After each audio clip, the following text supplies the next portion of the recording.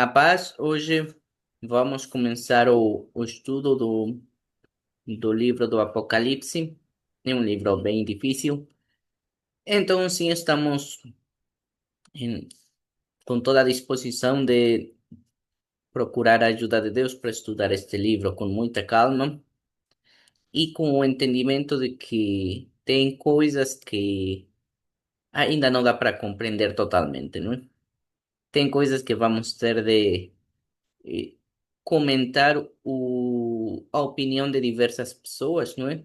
Sem afirmar qual é a verdadeira, porque só Deus sabe qual é a perfeita interpretação deste livro, né? Mas pronto, para isso estamos aqui, vamos a, a ouvir opiniões e com a ajuda de Deus avançar pouco a pouco.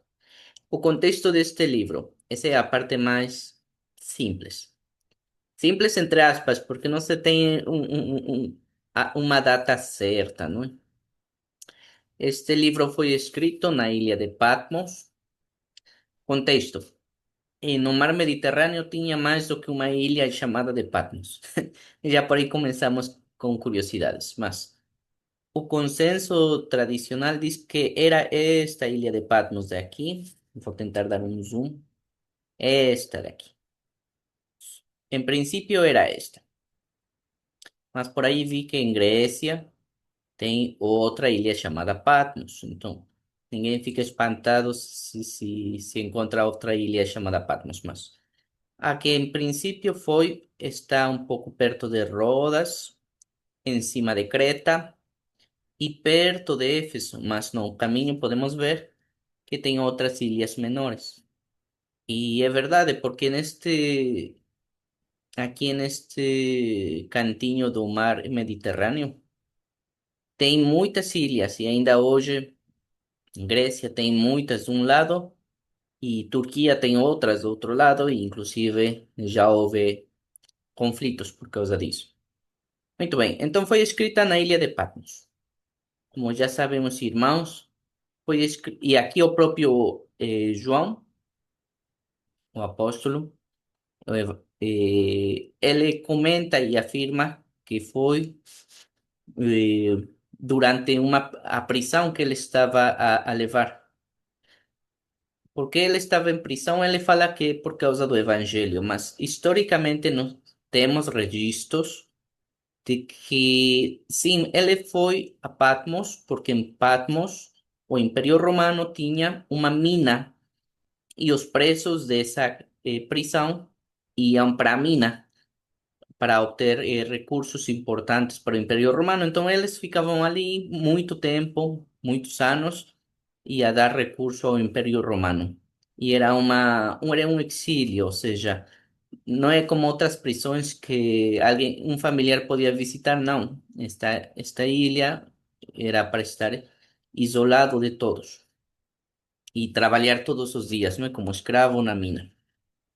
E mais contexto, foi durante o imperador Domiciano, que ele foi imperador do ano 81 até 96 depois de Cristo. E, em que ano João chegou à ilha de Patmos? Acreditas? Não é? Porque lá está, não se tinha tanto registro como agora, que foi no ano 95, ou seja, já faltava, bom, um bocadinho antes do 95. Não se sabe ao pormenor qual foi o ano, mas foi antes do 96, né? Porque 96 foi o último ano de Domiciano e o próximo rei depois de Domiciano, imperador, desculpen, e acabou com os presos políticos do mandato anterior e mandou embora o João. E os últimos anos de João foram bom, se acredita que foi em Éfeso, que está aqui. Aqui, olhem. Então, de Patmos foi para Éfeso, né? E que mais? O... por que especificamente João acabou na ilha de Patmos? E isso está escrito. Domiciano Assim como foram vários imperadores que fizeram perseguição à primeira igreja cristã e foram durante 3 séculos, não é? Foi o. Bom, há quem podemos incluir a Tibério, não é? Mas isso já era na época do Senhor Jesus, não é? Mas bom, podemos dizer Tibério, podemos dizer Calígula, podemos dizer Cláudio, podemos dizer Nero, podemos dizer Vespasiano, podemos dizer Tito e Domiciano. Já falei um grupo grande. Mas ao longo de todos estes é que morreram o Senhor Jesus e ressuscitou. Depois, todos os apóstolos, né? Começaram a morrer ao longo dos diferentes imperadores, porque este período histórico para o Império Romano também foi o pior de todos. Foi um período onde morreram muitos imperadores, a traição, assassinatos e de tudo, né? Até para a história do Império Romano foi uma época de escuridão. Imagine, não é? A situação tão terrível. Para eles próprios dizer que era a pior época que tiveram. E então, estava lá o evangelista, o apóstolo João, e já tinham morto todos. Todos os apóstolos já tinham morto, todos. Decapitados, crucificados, com açoites. Houve de tudo. Cada pessoa pode procurar com calma, mas foi algo cruel. E já não tinha mais ninguém dos apóstolos, só estava João. E tentaram matar ele.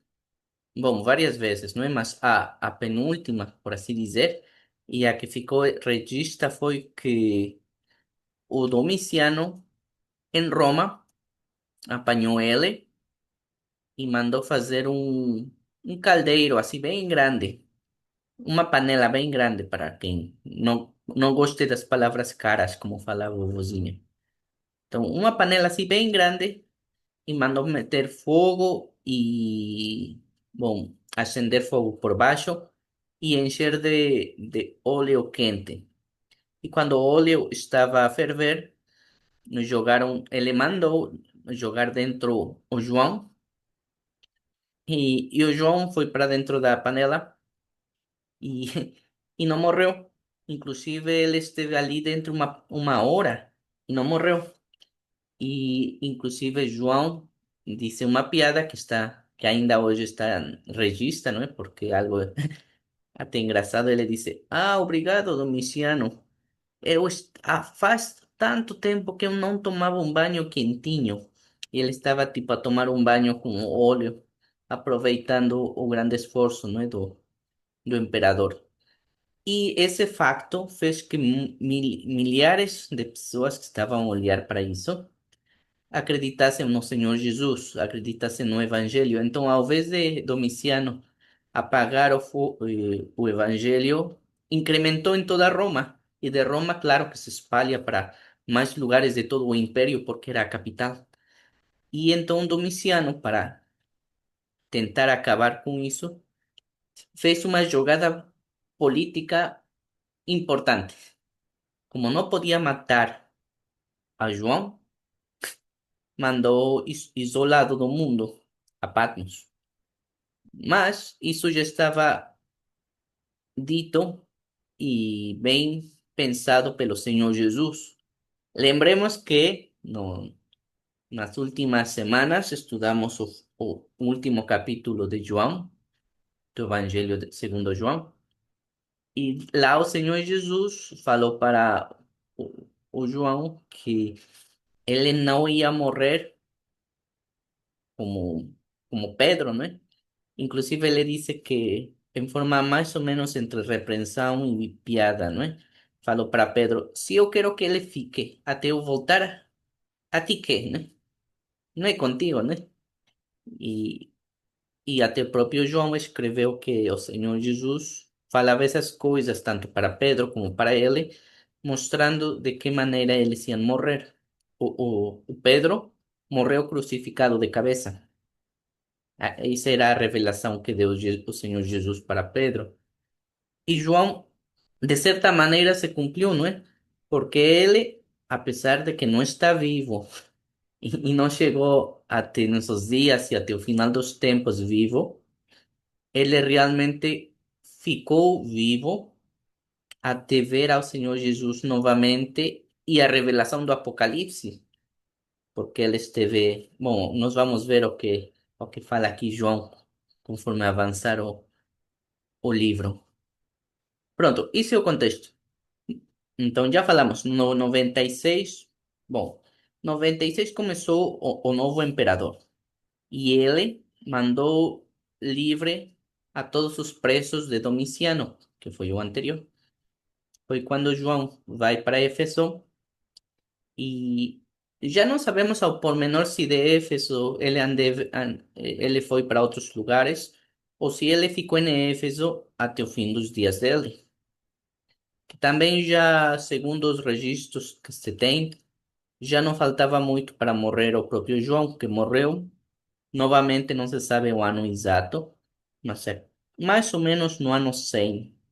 Há quem diz no 98, 99, 100. Cada pessoa dá uma opinião ligeiramente diferente, mas o facto é que ele foi livre no 96 e voltou para Éfeso. Ah, mais contexto. Não se sabe o ano exato, mas se sabe que cronologicamente, mais ou menos, insisto, o problema é a quantia de anos que já passaram, mas acredita-se que o Evangelho de João foi primeiro as cartas de João e posteriormente o Apocalipse.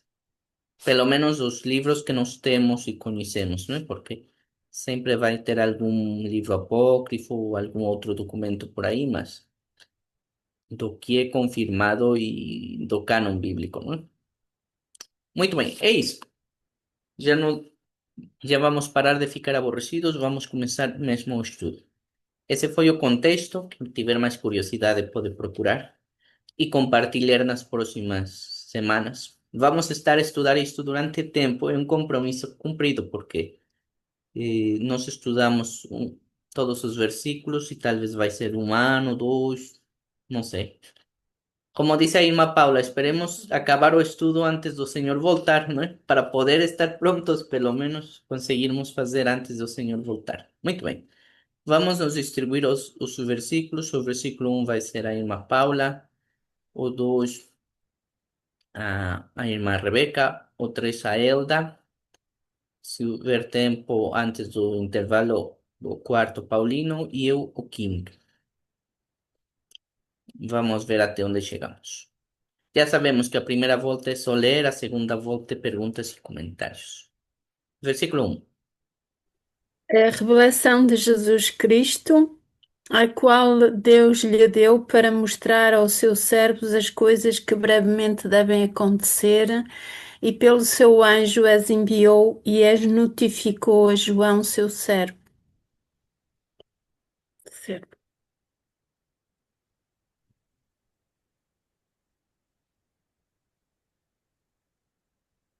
Não dá para ouvir a irmã Rebeca.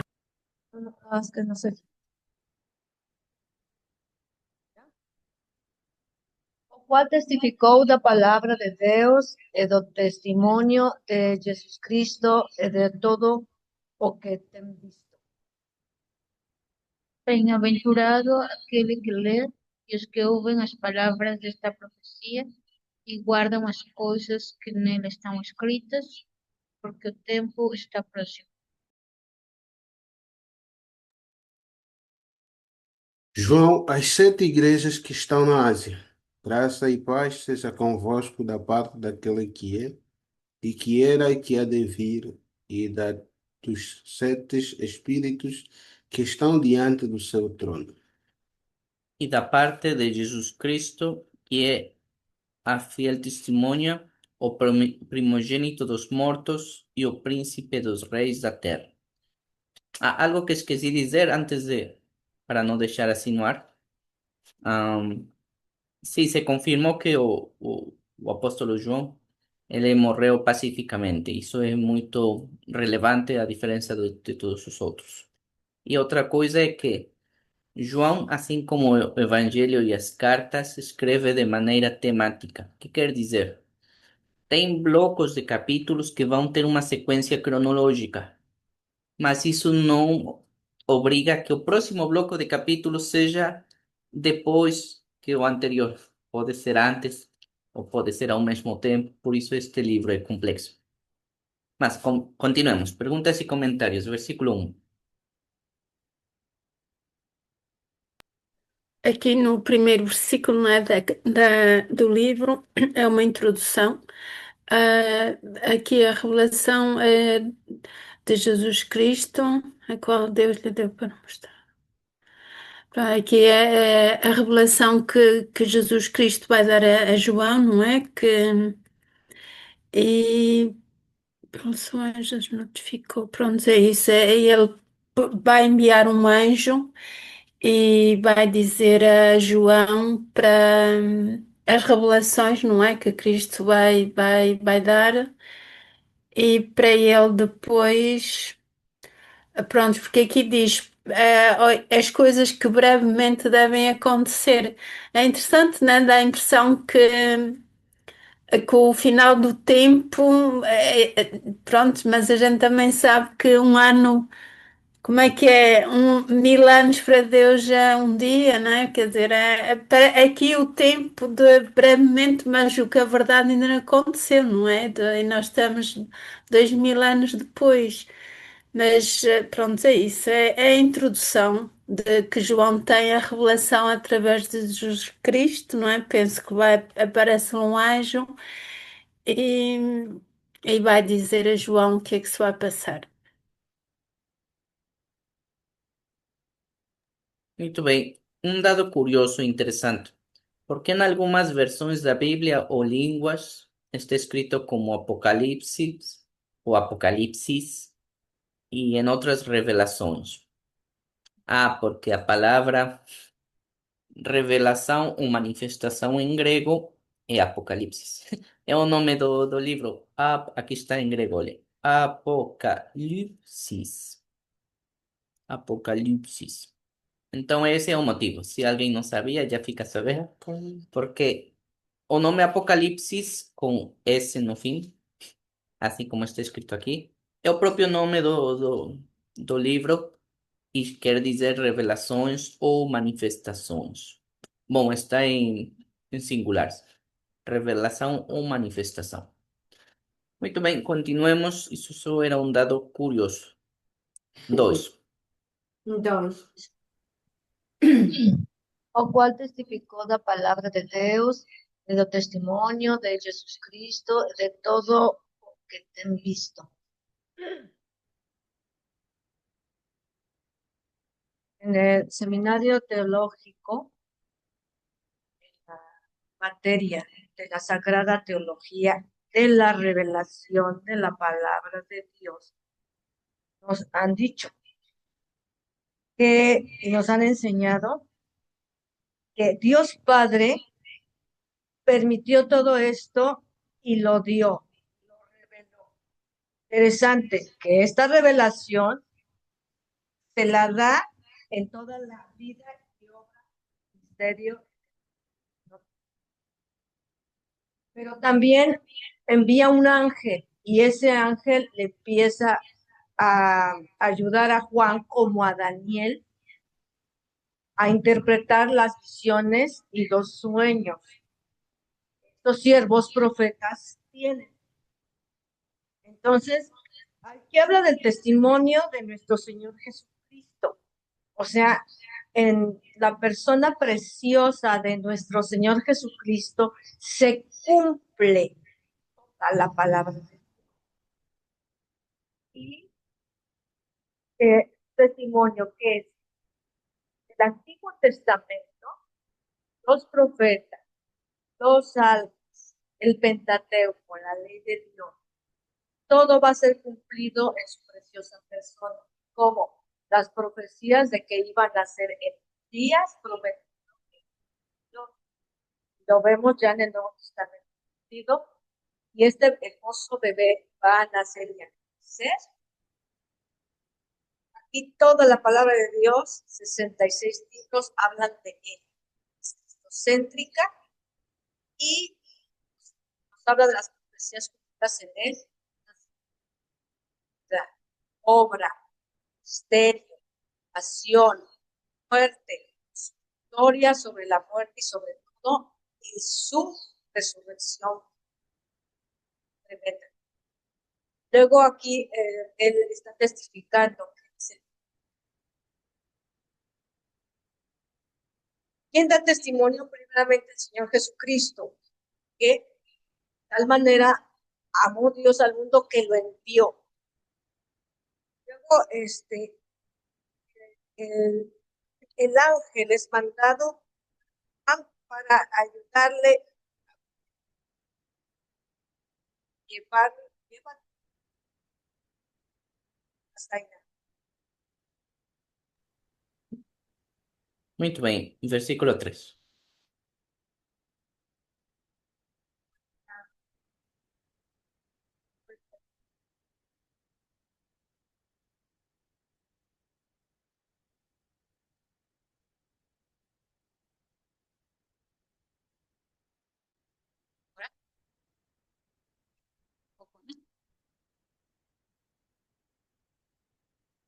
Agora diz que somos abençoados os que estamos a ler, os que estamos a ouvir, e acrescenta os que guardam esta profecía.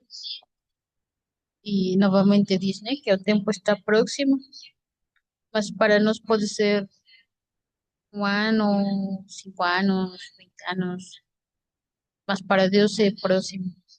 Então temos que estar prontos para quando acontecer tudo. Olha, também o profeta João. Eu vou ver se tem algum vocabulário, eh, se tem alguma definição, algum vocabulário especial que seja importante ler.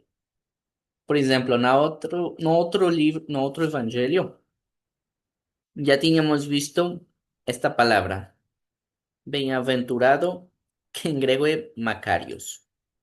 Para mim foi curioso porque eu não sabia, eu conheço pessoas que chamam-se assim, Macário, mas não sabia que quer dizer bem-aventurado ou abençoado. Sim. Aquele que lê e os que ouvem as palavras desta profecia e guardam perguntas. As coisas que nela estão escritas. Vamos parar em guardam, que esta é a palavra que queria ver, que estava a me chamar a atenção. Teruntes, que em conjugação é tereo, que está aqui. Tereo. Que quer dizer guardar, velar, proteger, reservar, conservar e pronto. Em princípio é isso. Vamos ver a etimologia. Tereo, um guardião. Bom, vem de teros e teros é um guardião. Propriamente manter ou preservar, figuradamente talvez, guardar espiritualmente ou vigiar, manter intacto. Isso é bem importante, não é? Porque diz que bem-aventurado o abençoado por Deus, aquele que lê e ouve as palavras. Ah, quando diz a palavra, utiliza o verbo logos, que já sabemos que não é somente palavra, logos tem muitos significados, que conhecimento, ideias, e até encarnação de uma ideia, né? Então é algo muito profundo, né? Quem ouve, e faz sentido as palavras desta profecia, porque esta profecia, o livro todo, tem um conteúdo muito grande, não é? E que tem que ser lido, ouvido e guardar. E já vimos que guardar é quem eh, preserva esta palavra, não é? O quem vigia sobre esta palavra, não é? Quem mantém intacto, ou seja, da maneira original e pura, não é? E quem conserva esta palavra, este conhecimento, as coisas que nela estão escritas, porque o tempo está próximo. Quando utiliza a palavra tempo aqui, é kairos, já não parei para isto porque estávamos a ver primeiro, está aqui. Kairos é é um tempo, mas não é a palavra tempo comum, porque a palavra tempo comum é chronos. Kairos é, olha, vamos ver aqui a etimologia para não errar. Neste estudo, a diferença dos outros, vou ter mais pausa e mais calma para tentar evitar o menor número de erros, porque este é difícil. Pronto, tempo visto como uma oportunidade. Ah, olha, bem curioso.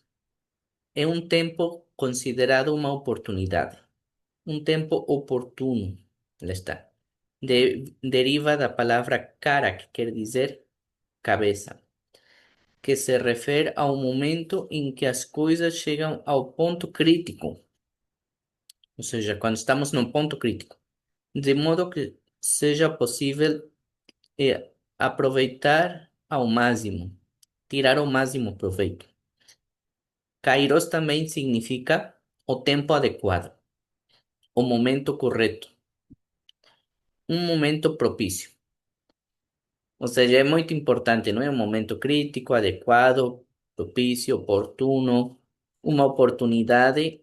Há quem chama, como tem tantas coisas que denotam ser diferente este tempo, ou seja, a palavra kairos, há quem diz que é o tempo definido por Deus. Também faz sentido, não é? Porque o Apocalipse, ou seja, a vinda do nosso Senhor Jesus é definido por Deus, não é? E é um momento de oportunidade, um momento crítico, não é? Para toda a criação. Muito bem, com isso acabamos. Vamos para o quarto, o versículo número 4.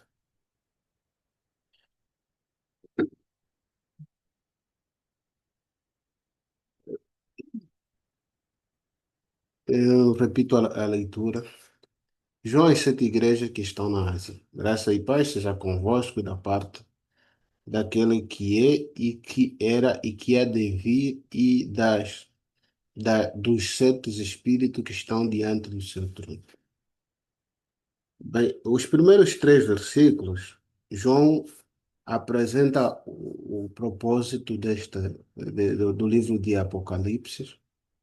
Ele diz exatamente como é que acontece, que estamos acostumados de que a diferença dos evangelhos e das cartas, os evangelhos narram diretamente a história de Jesus, mas as cartas, é claro, são sempre endereçadas. No caso, a partir do versículo 4 começa-se a definir a quem exatamente João está a escrever. Primeiro, nós vemos que nesta primeira fase, João define que a carta é enviada às sete igrejas, que corresponde às igrejas que foram fundadas por Paulo, nas viagens missionárias de Paulo, a igreja que ele deixou. Então, a carta, a primeira parte do livro de Apocalipse é definido exatamente para quem é que está sendo escrito. E a parte B, a segunda linha do versículo, é exatamente uma saudação, mas essa saudação, é claro que João, na saudação, ele apresenta Jesus Cristo, conforme ele escreve o Evangelho de João, de que Jesus era, é e será para sempre. Então, João trata de três coisas ao mesmo tempo. Ele está a tratar de um Jesus que já existia, está a tratar de um Jesus que esteve na terra e está a tratar de um Jesus que há de vir de novo. E depois nisso, termina, nesse caso, a saudação, salientando que há sete anjos que juntos estão lá com o trono, os sete espíritos que estão junto do trono, e que estes também estão junto com Jesus. Então, conforme já se disse no princípio, o livro de Apocalipse, para perceber, tem é preciso orar muito. E uma das coisas que aqui temos que entender é os sete espíritos. Acredito que as outras partes está claro de que eles vão escrever em nome de Jesus Cristo, mas aquele Jesus Cristo que antes era a palavra no momento da criação. É Jesus que se faz Emmanuel, que é Deus conosco, e é Jesus que há de vir glorificado para arrebatar a sua igreja. Muito bem, antes do intervalo, só comentar sobre isto dos sete espíritos.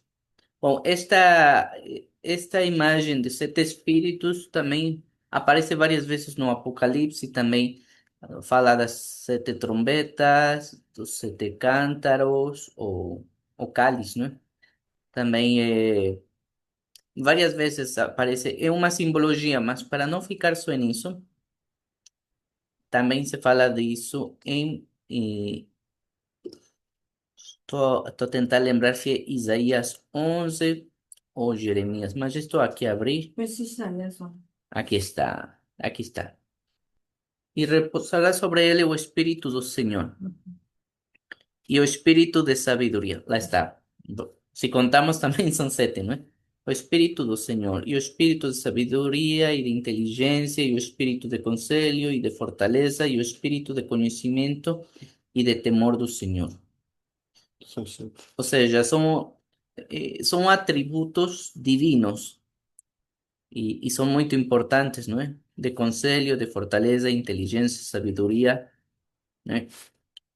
E, ou aqui há duas maneiras de interpretar e também se procuramos mais pela internet ou comentários bíblicos deve ter mais, não é? Mas as duas mais simples são ou estava a fazer referência aqui a esta passagem, o qual é importante, não deixa de ser importante, porque quem tenha tempo de ler este, esperemos que os irmãos façam, é bem interessante, ou era uma maneira de reafirmar a perfeição e plenitude do Espírito Santo na igreja, não é? Na igreja e na criação. Ou seja, está a incluir, como é o número 7, a perfeição de tudo, não é? A plenitude do Espírito Santo na igreja e na criação. São duas maneiras de interpretar, mas quem tiver mais curiosidade pode ver todo este capítulo e, e mais comentários bíblicos também. Muito bem. Com isso, vou ler o 5. E da parte de Jesus Cristo, que é a fiel testemunha e o primogênito dos mortos e o príncipe dos reis da terra. Muito bem. Vamos para o intervalo. Ainda falta. Aquele que nos ama e em seu sangue nos lavou dos nossos pecados. Amém. Vamos ir a um intervalo e depois do intervalo eu vou fazer alguns comentários sobre o 5 e se alguém quiser também compartilhar algum comentário, vai ficar à vontade. Nos vemos depois do intervalo. Qual foi o livro que o Ivan disse onde estão? Foi Isaías? Sim, Isaías 11. Isaías Isaías. 11, a partir do versículo 2. Mas se a irmã quiser ler todo o capítulo, está à vontade. Isaías 11, a partir do 2. Ok. Obrigada. Nada. Um abraço. Passa, até já.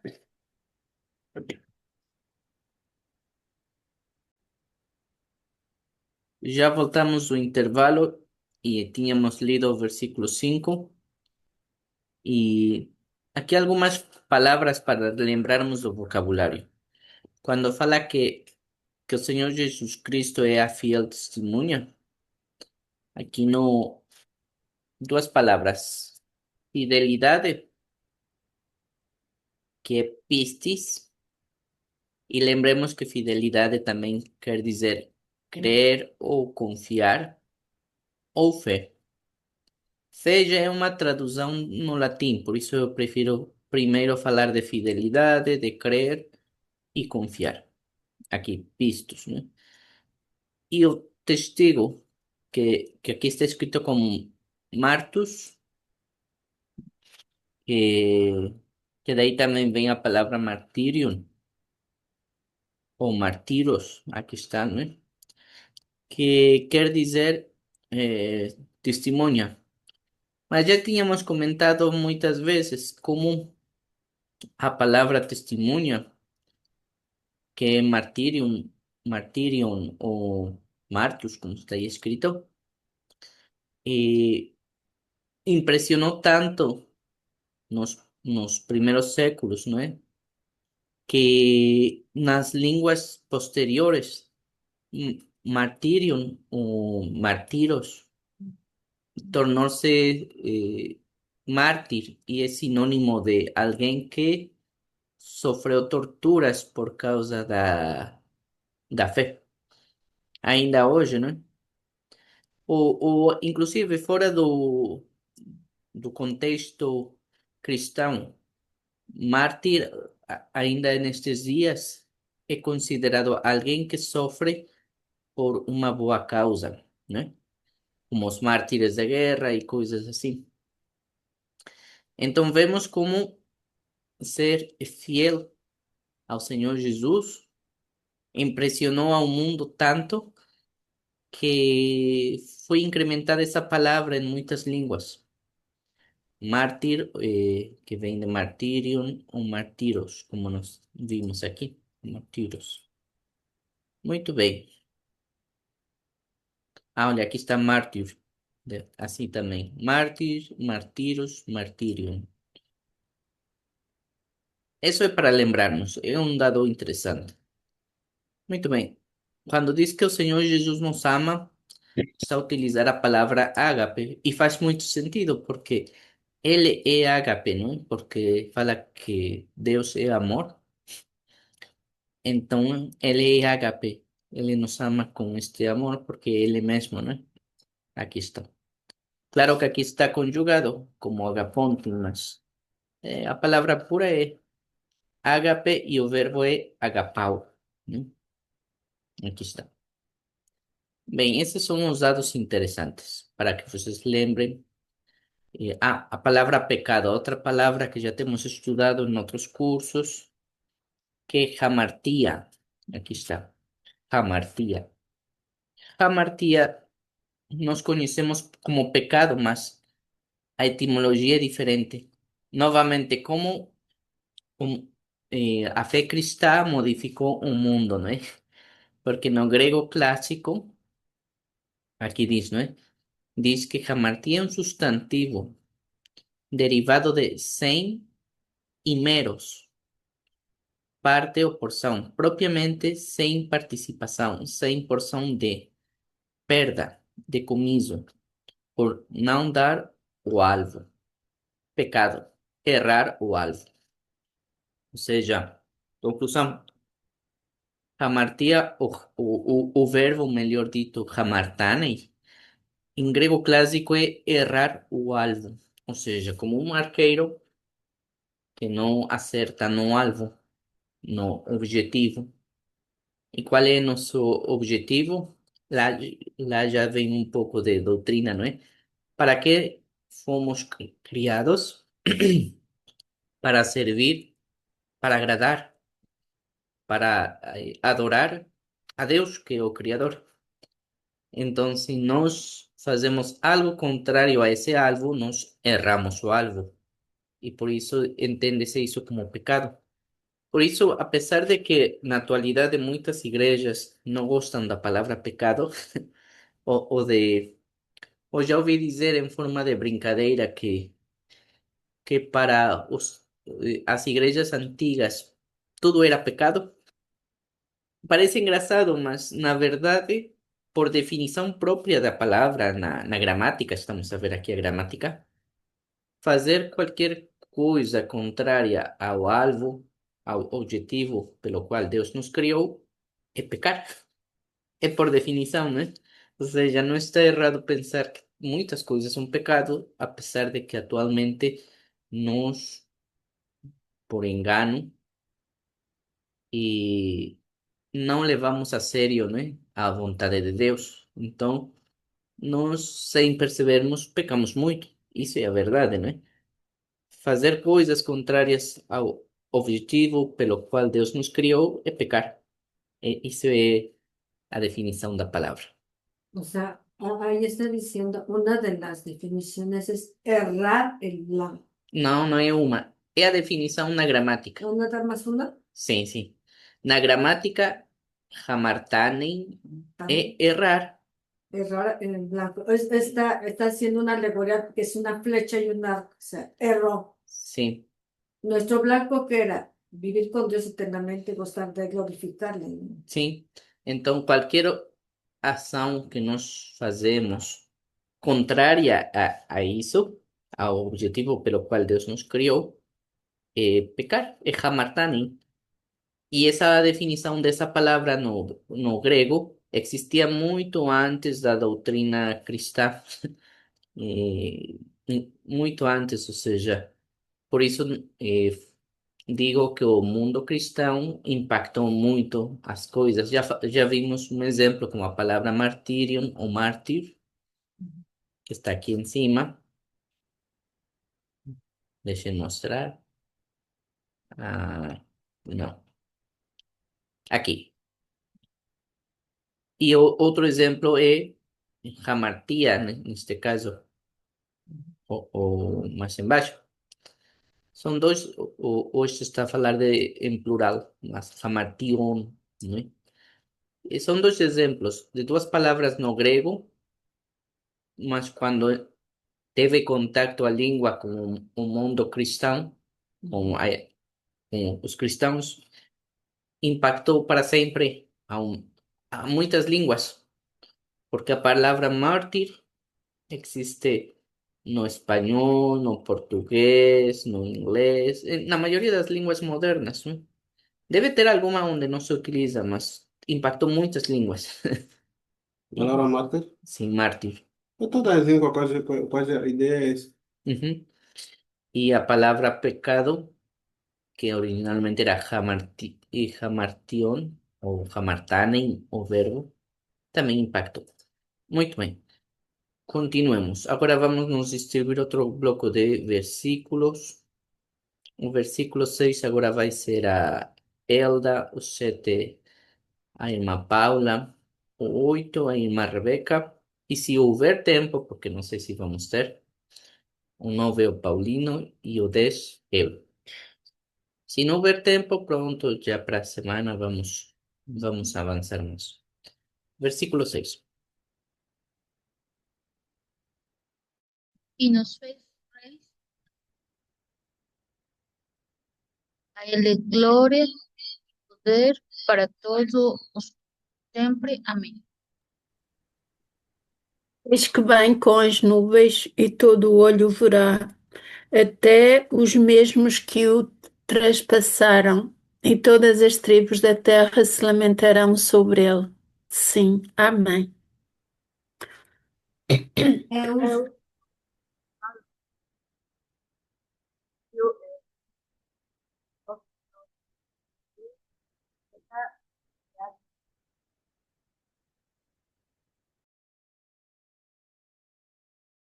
Nove.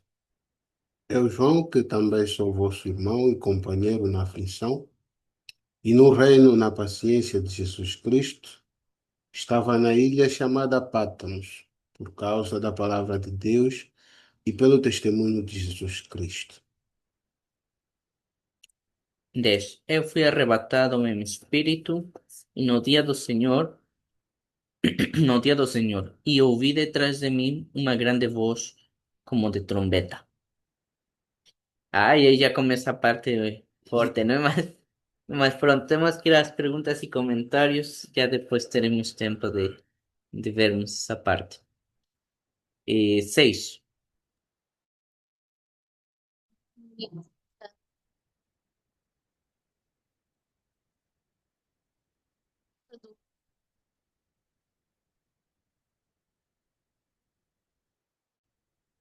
¿Consigue oír, Irma Paula?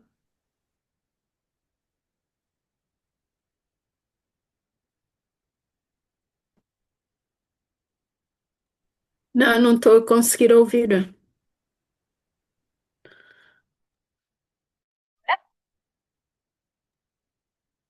Não estou a ouvir. Mas ela agora também está calada, por isso é que eu não estou a ouvir. Pois, Agora já ouvi, pois. Ok. não, estava a mexer aqui. Ok, já estou a ouvir, já dá para ouvir. Causa do que o Senhor Jesus Cristo fez, dar a sua vida, ele fez, e a ressurreição dele. Agora nós somos reis e sacerdotes, ou seja, que nós representamos o Senhor Jesus Cristo. Somos, como diz o Paulo nas cartas vivas, o que conhecem de Deus, mas ao mesmo tempo somos para Deus, para o nosso Pai, para dar a Ele a glória e o que lhe a glória, o poder, mas não é só agora, é tudo e sempre. Parece algo difícil, na verdade, porque nós não sabemos o tempo que vamos ter aqui na Terra, mas ao mesmo tempo temos certeza de que procuramos e guardamos a sua palavra.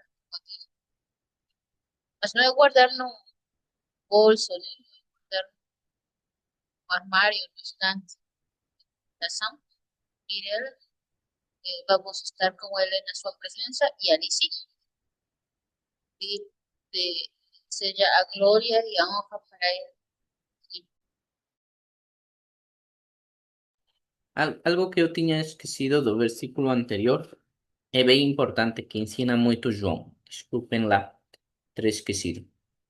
E aqui diz, não é, que o Senhor Jesus nos ama com ágape, com Ele mesmo, porque Ele é ágape, o amor divino, não?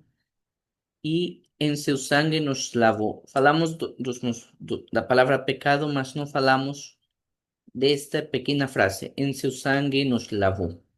Isto do que o Senhor Jesus nos lava no seu sangue dos pecados, João escreve também nas cartas e no Evangelho. E é algo bem importante porque em algumas traduções bíblicas este tipo de frases já é omitida ou é modificada por outros sinônimos.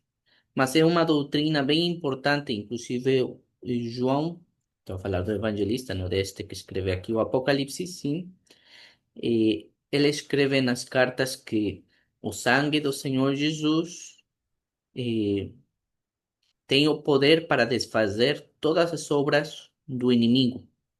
E isso é bem importante para a nossa vida, por quê? O sangue do Senhor Jesus tem o poder para desfazer os vícios, os pecados, a angústia, o medo, a inseguridade, a depressão, a ansiedade. Isso é bem importante também. O apóstolo Paulo escreve, não da mesma maneira, mas diz que se nós temos angústia, tristeza, ansiedade, nós podemos, eh, com súplicas e clamor, colocar isto perante Deus e o Espírito Santo nos dará a paz que excede todo o entendimento, porque tem cuidado do nosso coração. Lá está, lá vemos que os dois apóstolos concordam e faz sentido, não é? Porque os dois foram inspirados pelo Espírito Santo, que é o mesmo, não é? Como o próprio apóstolo Paulo escreve. Muito bem, esse foi o comentário. Desculpem, mas eu não queria deixar para trás porque é algo muito importante. E também é uma referência da maneira que escreve o apóstolo João.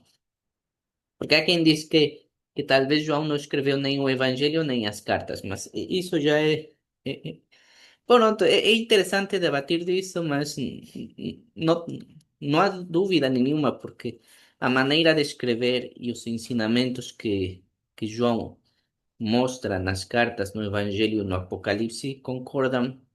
Foi uma só pessoa que escreveu estas partes do Novo Testamento. Muito bem, continuemos, desculpem. quem era o próximo? Hermana Paula. A Irmã Paula.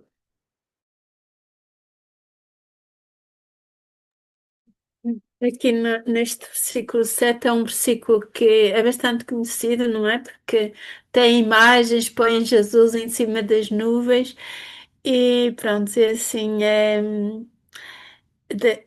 eis que vem com as nuvens e todo o olho verá, até os mesmo que os traspassaram, e todas as tribos da terra se lamentarão sobre ele, sim, amém. Pronto, assim, aqui o que eu entendo deste versículo, quando ele vier, não é? E todo, a terra inteira, não é? Todo o ser humano vai ver. Eu não consigo imaginar esta imagem, não é? Pronto, é assim, como é que eu estou aqui, não é? Estamos na Europa, os da Ásia vão ver, e todas as tribos, não sei se estou a pensar bem, eu penso que aqui já não vai haver hipótese, né, da pessoa se arrepender, de poder, prontos, aqueles que não acreditam em Jesus, não é? Vão lamentar porque ele vai vir para todos, não é? Penso que aqui ele vai fazer a justiça e eles vão lamentar. Bem, é isso que eu entendo.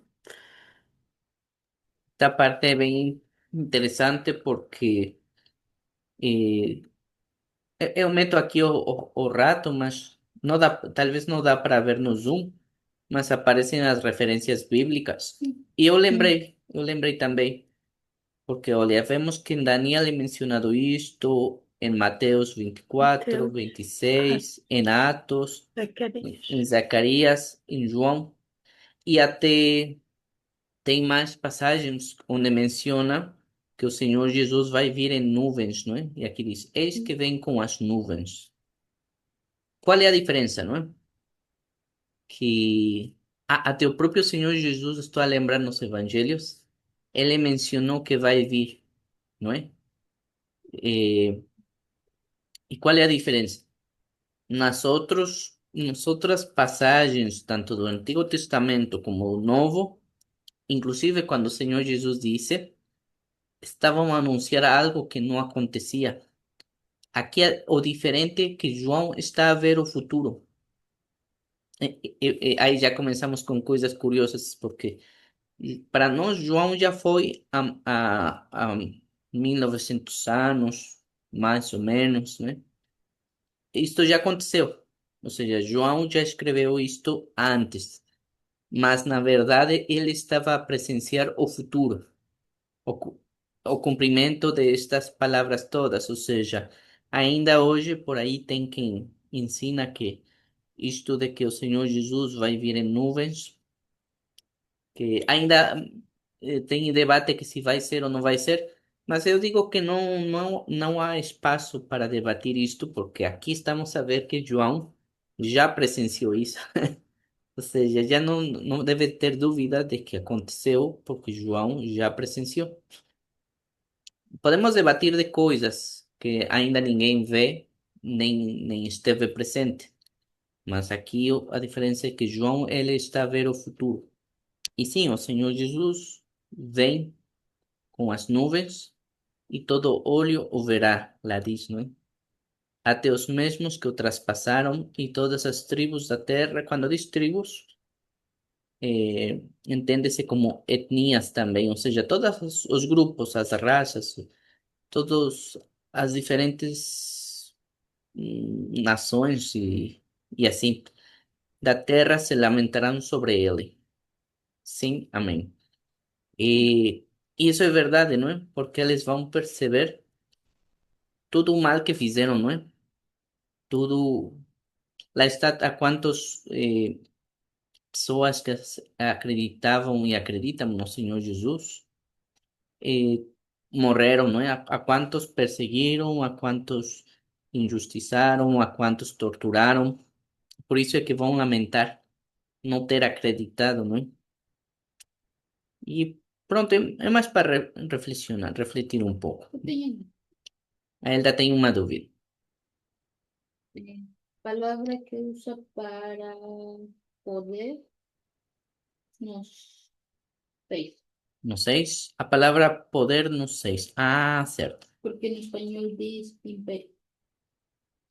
Ah, aqui é interessante a pergunta dela, que diz que quando diz aqui poder no versículo 6, em espanhol está escrito imperio. Muito bem, para isso estamos aqui. Quando numa versão da Bíblia diz uma coisa e em outra algo diferente, o importante é ver o manuscrito. Assim já não temos dúvida, não? E isso é bom. É bom todos estar atentos, ver a própria versão, porque se há algo diferente, consultamos logo. E Padre, Gloria. Ah, certo, olha, en español está imperio. ¿Y cuál es la palabra en griego? Gracias a Dios yo conozco esta palabra. No, porque ya no Apocalipsis yo estoy a espera de todo, irmãos, ya espero todo. Coisas que não conheço e que são muito complexas, mas Kratos eu conheço. Kratos é poder, mas vamos ver se aparece a etimologia. Não, não aparece, mas eu já vou dizer porque eu conheço. Em grego tem várias maneiras de poder. Dynamis é um deles, Kratos é um deles, e tem outros. Mas qual é a diferença? Porque se tem vários, por que, eh, por que Kratos, não é? Kratos é uma maneira de poder. Ah, a palavra autoridade também é outra maneira de poder, não é? No grego. E qual é a diferença? Autoridade é um poder exercido sem precisar o contacto físico, sem precisar força. A autoridade é algo muito divino, porque é quando Deus pronuncia algo e é feito. Pelo facto dele pronunciar isso é autoridade. Não precisas mostrar a tua força física nem de nenhuma outra maneira. Só pelo facto de mandar acontece. Só Deus tem esse tipo de poder. Há quem diz que na política tem certa dinâmica parecida, não é? Mas só Deus tem a autoridade de mandar e do nada é feito. Isso. Agora, Kratos não. Kratos é outro tipo de poder, só que aí se demanda a força bruta, o domínio, a força bruta e o domínio.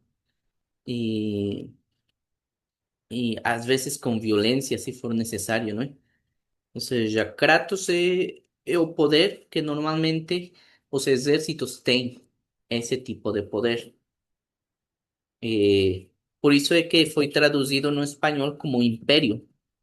¿Por qué? Os grandes imperios normalmente para dominar, para submeter a los otros, precisan un ejército, fuerza física. E aqui o potência, não é? Aqui o que está a dizer é isso, não é? Que não só, que Deus não é só poder pela palavra, não é? Ou seja, não é só poder de autoridade, que já é forte, é grande demais, não é? Porque toda a criação só pela palavra foi feita. Menos o homem, que Deus utilizou as mãos, por isso o homem é algo especial para Deus, não é? Deus formou com as mãos, as próprias mãos.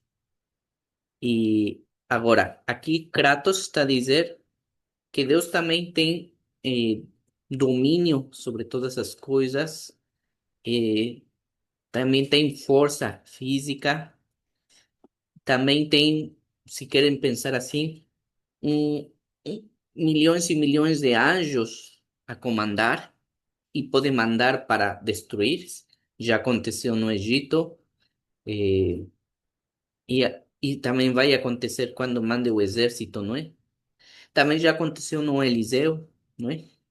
E outros momentos na Bíblia, não é? De que estavam todos os anjos por volta, não é? Então, sim, Deus também tem esse tipo de poder Kratos, que é domínio, subjugar, ele pode.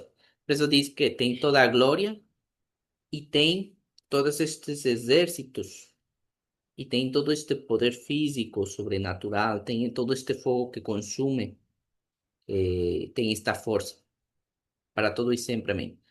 Por isso no espanhol traduziram como império, né? É uma maneira de resumir, mas exatamente o que estava a mostrar é que Kratos este tipo de palavras é um conjunto de ideias mais complexa. E muito bem. Que bom que perguntaram isso. Sempre que tenham perguntas, é bom.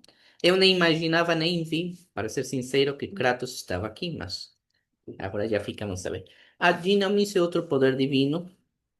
eh, Esse é mais manifesto pelos. Bom, não vou dizer só pelo Espírito Santo, não. A Trindade toda tem Dynamis, porque é a mesma e é igual, né?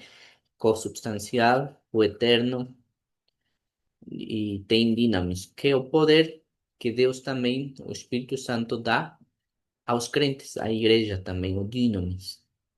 E a autoridade também é dada à igreja. Agora, se me perguntam, quando é manifesto um milagre, temos poder Kratos, Dynamis ou autoridade? Não sei, é um mistério. Eu diria que Dynamis, porque o apóstolo Paulo fala muito de Dynamis quando fala dos dons do Espírito Santo, mas a verdade não sei. Por menor não sei. Mas que bom que aqui João escreve Kratos. Porque eu normalmente nos versículos, quando fala do poder de Deus, eu vejo autoridade ou eu vejo Dynamis, mas aqui está Kratos. Muito bem. E já o versículo 7 foi dado? Já. Eu queria ver a palavra tribos e lamentarão. E,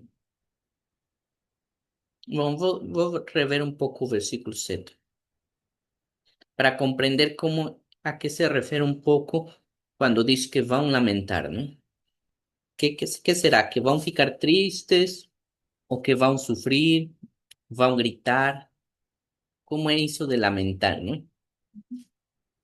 Aquele que vem nas nuvens, Nefeleu, Nefelón, que nuvens, está conjugado. Que Nefele, nuvens, se alguém quer saber, pronto. E todo olho, oftalmos, pronto. O verá. Op, optanomai, optanomai. E, e os que traspasaram, exequentesan. Está a falar também os que quem furou o lado do Senhor Jesus, né? Com uma lança. E todos as tribos. E é Shulai. Olha, esta não conhecia esta palavra. Fiulé. Fiulé é linhagem, clã, tribo, povos, que vem de fiulé, que é fio, é gerar. Uma raça, linhagem, descendentes de um ancestro em comum. Pronto. Isso já tínhamos dito. Da terra lamentarão, que é o que eu queria ver. Lamentar. Copsontai. Compsoi. Compsontai. Que vem de coptó. Ah, isso eu acho que tínhamos visto hoje na aula de grego. Coptó, que sem lamentar, mas é. Ai, até cortar-se, que intenso. Chorar, lamentar, planir, mas isso não sei se existe em português planir. Mas pronto, vamos ver a etimologia. Propriamente, cortar. Ai, que forte, que intenso. Vamos ver mais. Ser gravado ou batido fortemente.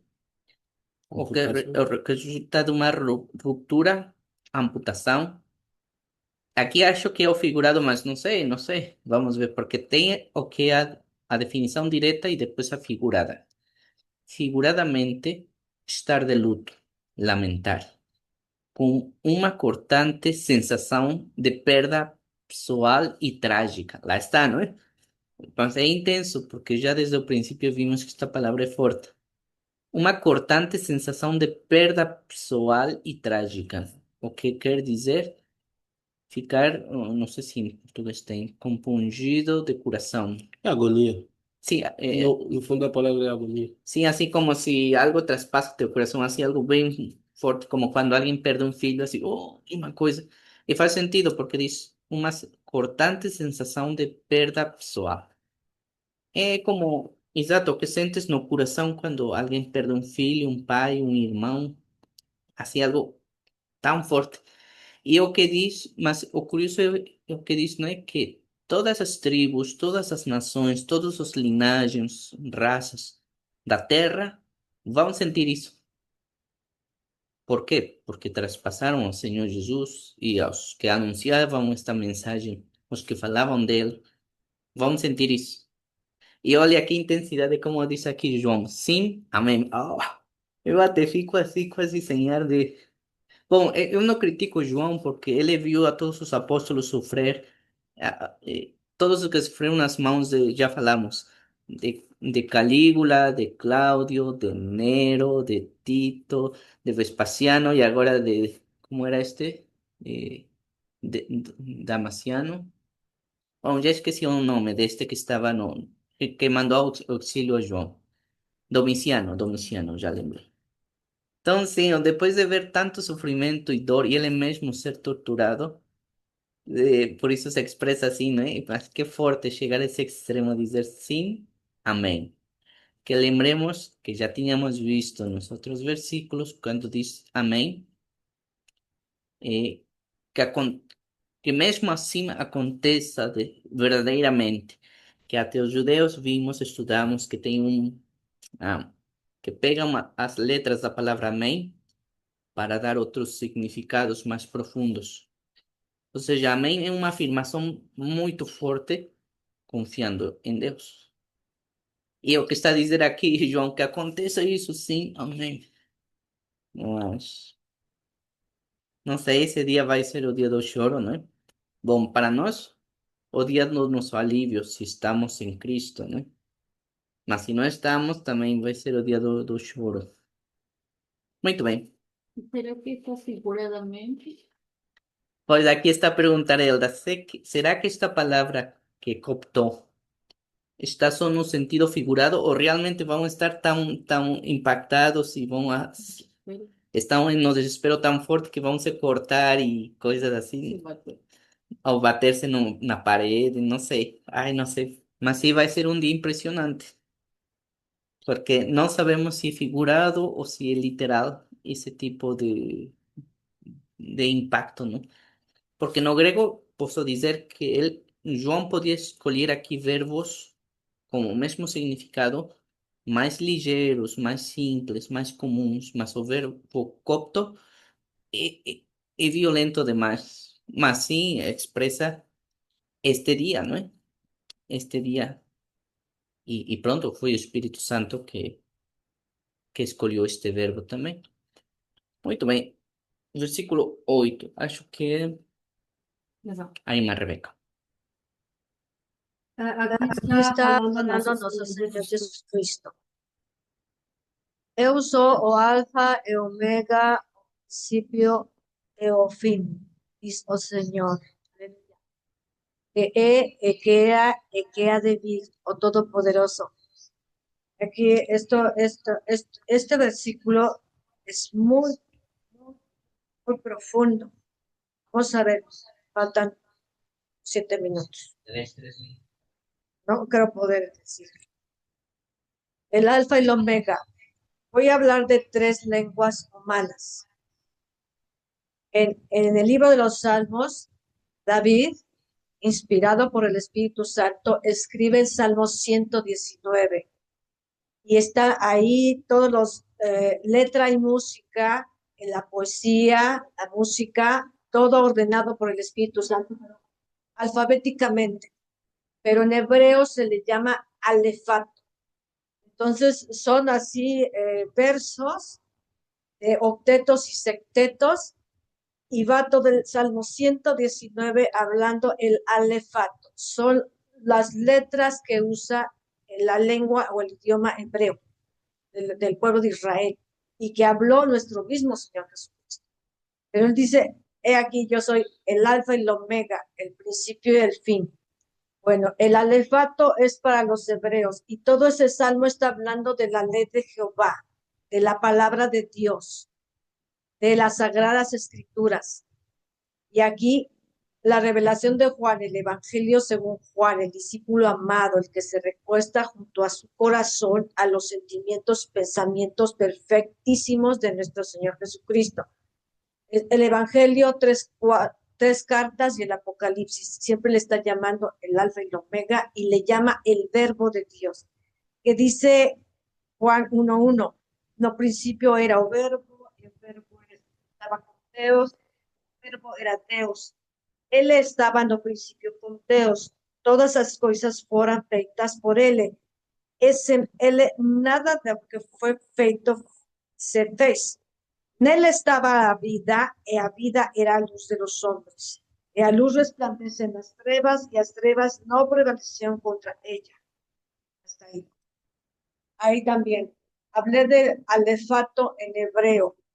Alfabeto se dice en griego. Alfa, beta, gamma, delta, ipsilon. ¿Sí? El alfabeto está hablando del testamento, nuestro Señor Jesucristo, el pacto de su sangre, su vida, obra, ministerios, pasión, muerte, resurrección, sus milagros, sus predicaciones, sus enseñanzas, sus obras, sus mandamientos, la palabra que él dejó, su testimonio de su vida entera. Y luego tenemos ahí ya alefato en hebreo, el alfabeto en griego y en castellano, porque se dice español, ya está en las computadoras, idioma español de España, español latino, pero lo correcto es decir castellano. En castellano es abecedario, desde A a la Z. O sea, todo todo lo que Dios Padre quiso decirle a la humanidad, quiso expresarlo, todo lo expresó en él, aleluya. Nuestro Señor Jesucristo es la expresión máxima y exhaustiva y perfectísima e incomprensible de Dios Padre. Y en él fueron hechas todas las cosas. El verbo, la acción. El Señor Jesucristo acciona y es verbo y se mueve en el universo, en el infinito,